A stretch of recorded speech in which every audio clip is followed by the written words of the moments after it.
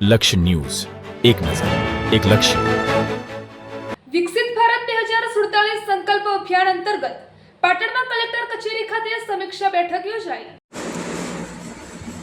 વિકસિત ગુજરાત 2047 સંકલ્પ અભિયાન હેઠળ પાટણ કલેક્ટર કચેરી ખાતે સમીક્ષા બેઠક યોજાઈ. નિવાસી અધિક કલેક્ટર ડોક્ટર મેહુલ બરાસરાના અધ્યક્ષસ્થાને વિવિધ કાર્યક્રમોની તૈયારીઓની સમીક્ષા કરાઈ.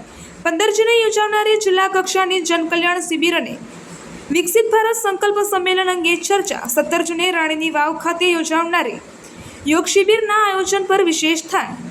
સ્વચ્છતા અભિયાન, પ્રગતિપથ યાત્રા, પ્રાકૃતિક ખેતી કાર્યશાળાઓ સહિતના કાર્યક્રમોને સફળ બનાવવા માર્ગદર્શન અપાયું.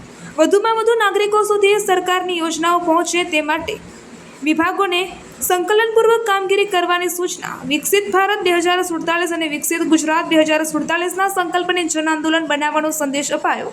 રિપોર્ટર પંકજ સાધુ, પાટણ.